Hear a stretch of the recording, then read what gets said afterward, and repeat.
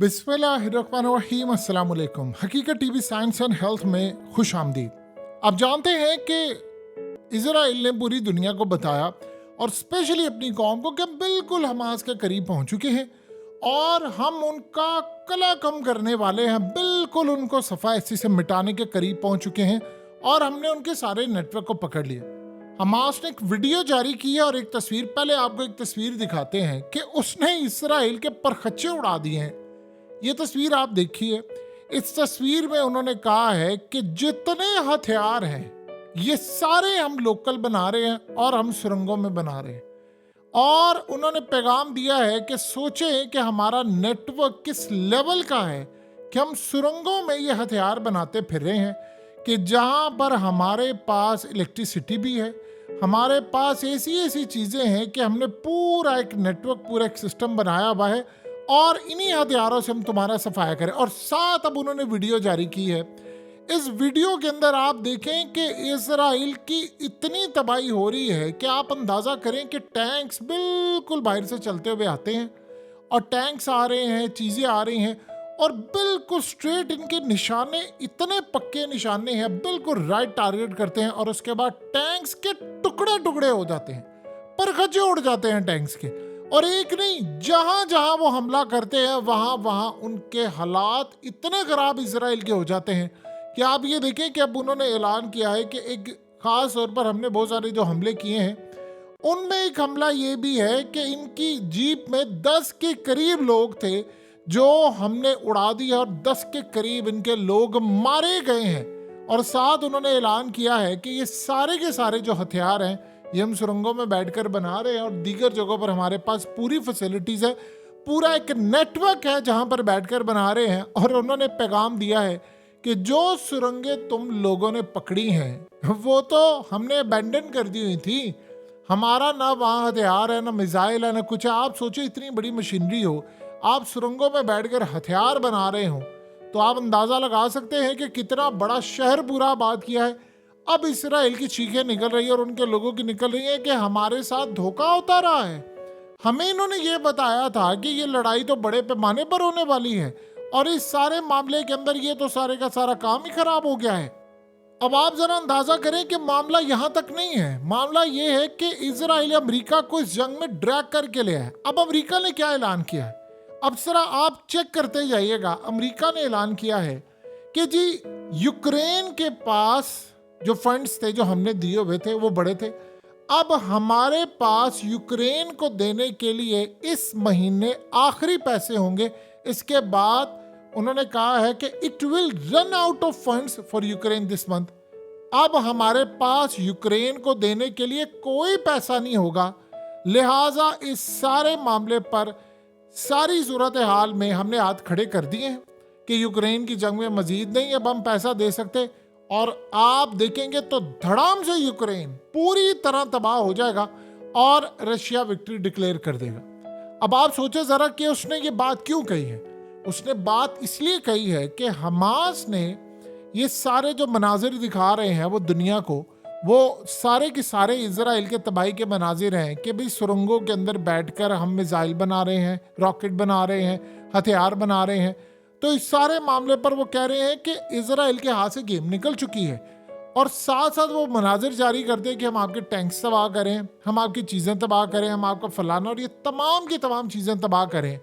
अब आप सोचें ज़रा, जब आप इस पैमाने पर जाकर गुफ्तगू करेंगे और लेवल होगा आपका, तो फिर आपको यूक्रेन की जंग छोड़नी पड़ेगी, क्योंकि आप एक टाइम के ऊपर इतनी जंगें अफोर्ड ही नहीं कर सकते। अब वो आ रहे हैं मिडिल ईस्ट के अंदर और मिडिल ईस्ट के अंदर आकर वो ये लड़ाई करना चाह रहे हैं कि जो फंड हम उधर देते थे वो इजराइल के देंगे। इजराइल ने असल में काम ये किया है, वो कहता है कि भाड़ में जाए यूक्रेन और मुझे बचाओ, यहाँ पर आकर मेरे साथ लड़ाई करो। और अमेरिका ने जो इनकार किया था, पहले तो अमेरिका ने, बाइडन ने, सब ने आकर इनकार किया, फिर उसके बाद जाहिर सी बात है उनके पास वीडियोज़ हैं, डाटा है, स्कैंडल है और बहुत सारी चीज़ें हैं, वो बड़ा कुछ कर देते हैं। फिर वो उन्होंने कहा जी अच्छा तुम लोग ये नहीं करते तो हम फिर तुम्हारी स्टॉक मार्केट गिराएं, हम बहुत सारी वीडियोस रिलीज़ करें, हम तुम्हारा बहुत कुछ रिलीज़ कर देंगे, फिर तुम उसके बाद वैसे भी तुम लोग देखोगे। तो उधर बाइडन ने कहा जी मैं तो ये इलेक्शन हार रहा हूँ तो मैं क्या करूँ, हम तो इलेक्शन हार जाएंगे अगर हम आपके साथ जंग में कूदेंगे। तो उसने कहा कि अच्छा चलो इसका भी इंतजाम कर देते हैं। उन्होंने ट्रंप को नाअहल करवा दिया। अमेरिकी एस्टैब्लिशमेंट पर उन्होंने दबाव डाला, उन्होंने वहां की जुडिशरी पर दबाव डाला और ट्रंप को उन्होंने नाअहल करवा दिया। तो आप देखिए वो सारे का सारा मामला खुलकर सामने आ गया। अब यूक्रेन के लिए भी ऐलान करवा दिया कि भाई उनके पास पैसे नहीं, हम उनको दे नहीं सकते। अब आप ये देखिए इस पर क्या असरात होंगे कि यूक्रेन ये जंग हारने जा रहा है, और जब यूक्रेन ये जंग हार जाएगा तो अमेरिका ये जंग हारेगा। लेकिन अमेरिका इजराइल के आगे इतना मजबूर है कि उसके पास इनकी फाइलें, चीजें, जासूसी का निजाम, ऐसी ऐसी इन्होंने मॉडल्स और औरतें रखी हुई हैं, और ऐसे ऐसे इनके स्कैंडल्स हैं कि आप पाकिस्तान के अंदर कुछ जो कसूर वाला स्कैंडल था वो भूल जाएंगे। ऐसे ऐसे स्कैंडल्स और ऐसी ऐसी चीजें हैं इनके पास जिससे वो इनके सियासतदानों, पूरी पार्लियामेंट को, अमेरिका को ये कंट्रोल करते हैं।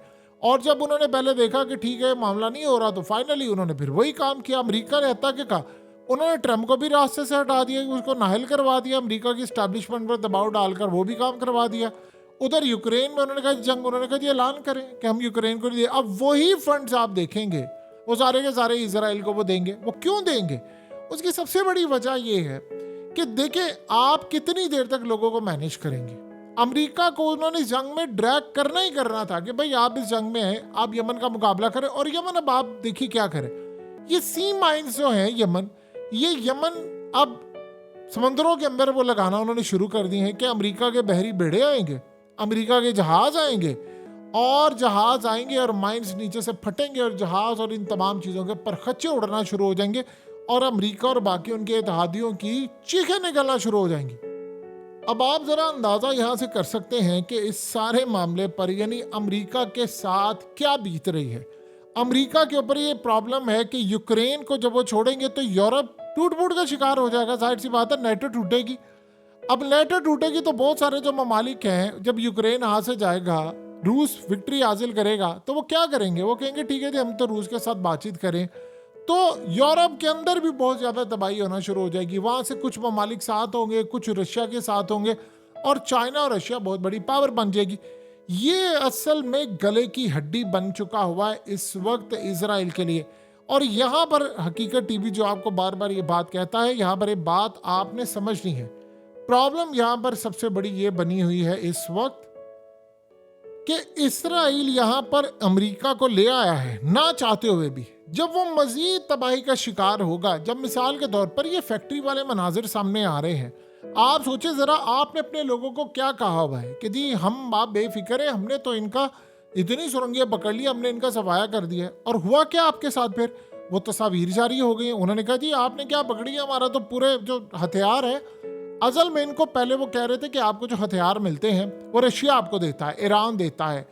तो उन्होंने कहा कि अच्छा ये देता है, ये देखो हम तो लोकल मैन्युफैक्चरिंग कर रहे हैं, और हम जिन मशीनों पर कर रहे हैं तुम लोग तो उस पर थूकना भी गवारा नहीं करते, लेकिन हमने उन्हीं मशीनों को इस्तेमाल किया, हमारे इंजीनियर्स काम करें। अब उनको ये बात समझ आ रही है कि इसका मतलब है सुरंगों के नीचे जो नेटवर्क है वो इतना बड़ा है कि मशीनों से लेकर यानी पूरा एक शहर आबाद है कि आप ट्रक ले जा सकते हैं। इनको पता ही नहीं, ये सोच रहे थे कि हम पानी छोड़ेंगे, वो जी छोड़ भी दिया था। हुआ क्या उसके बाद? वो सारे अरबे उनके नाकाम है। देखिए ये जो सुरंगें और ये चीज़ें बनाई गई हैं, ये अब तक की सबसे ज़्यादा खतरनाक तरीन सुरंगें बनाई गई हैं, और दुनिया के शायद बेहतरीन इंजीनियर्स ने इन सुरंगों को बनाया है। लेकिन प्रॉब्लम यह है कि इस पर दुनिया के बड़े बड़े चैनल्स डॉक्यूमेंट्रीज नहीं बना सकते, इस पर आप आर्टिकल नहीं लिख सकते, क्योंकि ये इसराइल के खिलाफ है, क्योंकि ये अमेरिका के खिलाफ है। तो लिहाजा आपने चूंकि कहना है कि ये दहशतगर्द हैं तो इन्होंने बनाई है। लेकिन आप ये नहीं देख रहे कि उन्होंने ऐसा निज़ाम किया है कि आपने जो सुरंगें, जो नेटवर्क, जो चीज़ें आप पकड़ते हैं, वो कहते हैं जी हमने तो इनको अबैंडन कर दिया हुआ है, ये तो हमारी किसी काम की नहीं है। असल चीज़ तो ये है, अगर हिम्मत है तो इसको पकड़ के दिखाओ, अगर तुम इनको पकड़ सकते हो तो फिर हम मानेंगे तुम्हें कि मामला क्या है। देखिए यूक्रेन अब असल में बहुत ज़्यादा इस वक्त ज़ेलेंस्की अमेरिका के ऊपर शदीद गुस्से में है। असल में वादा क्या हुआ था? वादा ये हुआ था ज़ेलेंस्की से कि देखो, वो चाहता नहीं था, यूक्रेन और रशिया आपस में रह रहे थे पहले भी, वो चाहता नहीं था कि जंग हो। इन्होंने उसको कहा कि हम तुम्हें नेटो में शामिल करेंगे, तुम ये जंग छेड़ो, नेटो में जब शामिल हो जाओगे तो हम सारे ममालिक चढ़ दौड़ेंगे और रशिया के ऊपर जाएंगे और जाकर वो विक्ट्री हासिल कर लेंगे। रशिया को तबाह करेंगे तो हम चाइना को तबाह करेंगे, यूं जोर उनका टूट जाएगा। ये असल में सोच रहे थे कि सोवियत यूनियन टूटा था, अब रशिया को भी तोड़ेंगे। हुआ ये कि उसने कहा कि ये मेरे न्यूक्लियर मिसाइल है बेलारूस में, ये रुख है यूरोप का, तुमने यहां पर उसको नेटो में शामिल किया, या मेरे बटन दबी नहीं और यूरोप के कई ममालिक में उड़ा दूंगा, और अमेरिका की जानिब भी सुपरसोनिक हाइपरसोनिक और जो हो सकेगा मैं कर दूंगा, और इलेक्ट्रोमैग्नेटिक पल्स वेपन से भी अमेरिका पर हमला होगा, और इतना बुरा हमला होगा कि बर्दाश्त नहीं कर पाएंगे।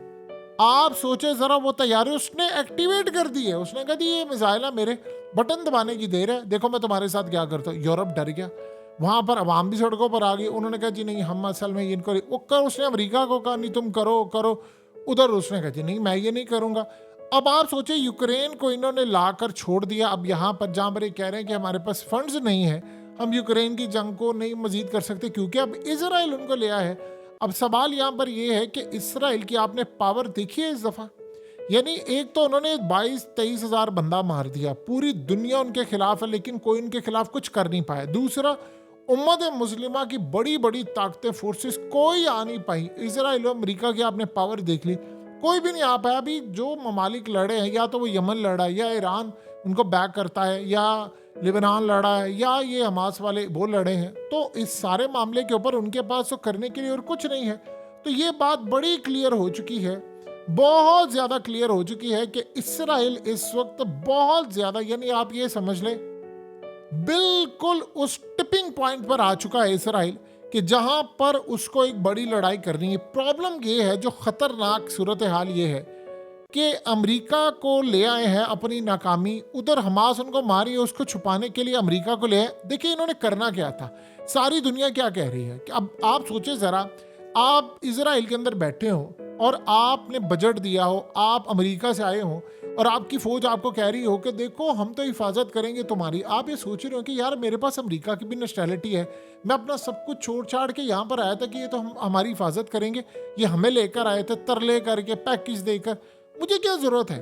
जब वो कहते हैं कि देखो अभी तक तो फैक्ट्रियां अंदर चल रही हैं, तो तुम्हारे पास वो टेक्नोलॉजी जिसका तुम भरम करते थे वो कहाँ पर गई। अब इतनी खबर जब बाहर आती है, तस्वीर आती हैं, तो इसराइल के पास दो ही सिचुएशन थी, या तो वो इस जंग को खत्म करके ये सारा कुछ ठप कर देता और बेइज्जती उसकी होती है और बहुत सारी नाकामी, या वो एक नई जंग छेड़ दे, ड्रैग कर दे दुनिया को, जिसके बाद लोगों से उसका ध्यान हट जाए। और वो करने में कामयाब हो रहा है। उसने अमेरिका को और 10-12 ममालिक को लाकर यमन के सामने खड़ा कर दिया है कि चलो तुम सब मिलकर जंग लड़ो, आपस में लड़ो, और अब सूरत हाल अगले लेवल पर जाए। अब आपको मुस्तकबिल की खबरें क्या होंगी कि अमेरिका का रेड सी के अंदर ये लड़ाई होगी, आज उन्होंने ये तबाह कर दिया, उन्होंने ये तबाह कर दिया, उन्होंने ऑयल टैंकर तबाह कर दिया, उन्होंने फलाना कर दिया, उन्होंने ये कर दिया, उन्होंने मिडिल ईस्ट को कहा हम ये अड्डे दो या फलान। इस तरह की आपको खबरें मिलेंगी। ऐसा नहीं है कि इसराइल की खबरें आएंगी, लेकिन इसराइल की खबरों से ज्यादा इंटेंस खबरें यहां पर आपको मिलेंगी, तो दुनिया का एक ध्यान बढ़ जाएगा। जैसे मिसाल के तौर पर आपको पता है इस वक्त यूक्रेन में क्या हो रहा है, आम लोगों को पता है। इवन कि यूक्रेन हमारा मुल्क तो नहीं था, लेकिन पाकिस्तानियों को पता था यूक्रेन के उस शहर में हमला हो रहा है, यहाँ पर ये हो रहा है, ये कार्रवाई हो रही है, ये हो रही है। इन्होंने 2-2.5 साल का वो जी प्यूटिन तो जंग हार गया, उसके फौजी तबाह सब ये वो, समझ आई ना। उस वक्त भी हकीकत टीवी आपको कह रहा था ये जंग रशिया ने जीत रही। अब तो आपको समझ आ रही है कि उन्होंने कहा था पैसे नहीं है, जंग को कंटिन्यू नहीं कर सकते। तो इन्होंने, आप सोचे कि इस वक्त क्या हुआ है कि जब इजराइल की जंग शुरू हुई है, तो क्या आपको यूक्रेन की जंग का कोई अता पता, वो जंग बैठ गई ना। यही होता है कि एक चीज की खबर दूसरे को बिठा देती है। इस तरह अब उन्होंने कहा है कि अगर अमेरिका को मुस्लिम कंट्रीज और रेड सी के अंदर हम लड़ा दे तो खबरें बैठ जाएंगी। और उधर आप देखिए कि रशिया ने और चाइना ने सोचा है कि यार ये हमारे लिए तो इतने बड़े ममालिक हैं, कौन, ईरान, यमन और उसके अलावा हमास और उसके अलावा लिबनान, ये वो ममालिक हैं जो अमेरिका और इसराइल पर चढ़ दौड़े हैं। क्योंकि अमेरिका ने स्टेट ऑफ मलाका उस वक्त बंद करना था, और बंद करने के बाद रेड सी में आना था, और यहाँ पर उन्होंने कहा जी हम तो चाइना का नाथका बंद करेंगे, उसकी इकोनॉमी तबाह करेंगे। इन्होंने ईरान को थोड़ा सा मजबूत किया, ईरान ने यमन को किया, उन्होंने अमेरिका और बाकियों का नाथका बंद कर दिया। तो वही सोच रहे हैं कि जो काम हम नहीं कर पाए, इतनी बड़ी ताकत, वो गरीब सा एक छोटी टेक्नोलॉजी वाला यमन कर पाया। तो अब इस सूरत हाल के अंदर उनका मुकाबला हो गया। इजराइल, बहरहाल आप कुछ भी कहें, उसने बुनियाद रख दी है तीसरी जंग अज़ीम की। जो मर्जी हम कहें कि जी नहीं ऐसा नहीं हुआ, वो फिलहाल अमेरिका को बहुत सारे ममालिक के साथ मिलकर यमन के साथ जंग में धकेलने में कामयाब हुआ। और हम इसको सादा अल्फाज में समझना चाहें तो ये तीसरी बड़ी जंग अजीम की इब्तदा है जहां बड़े ममालिक एक जंग में कूद पड़े हैं। हकीकत टीवी साइंस एंड हेल्थ की इस वीडियो के नीचे कमेंट ज़रूर कीजिए, अपनी राय का इजहार ज़रूर करें और इस वीडियो को हर जगह शेयर करते हुए चैनल को सब्सक्राइब ज़रूर करें।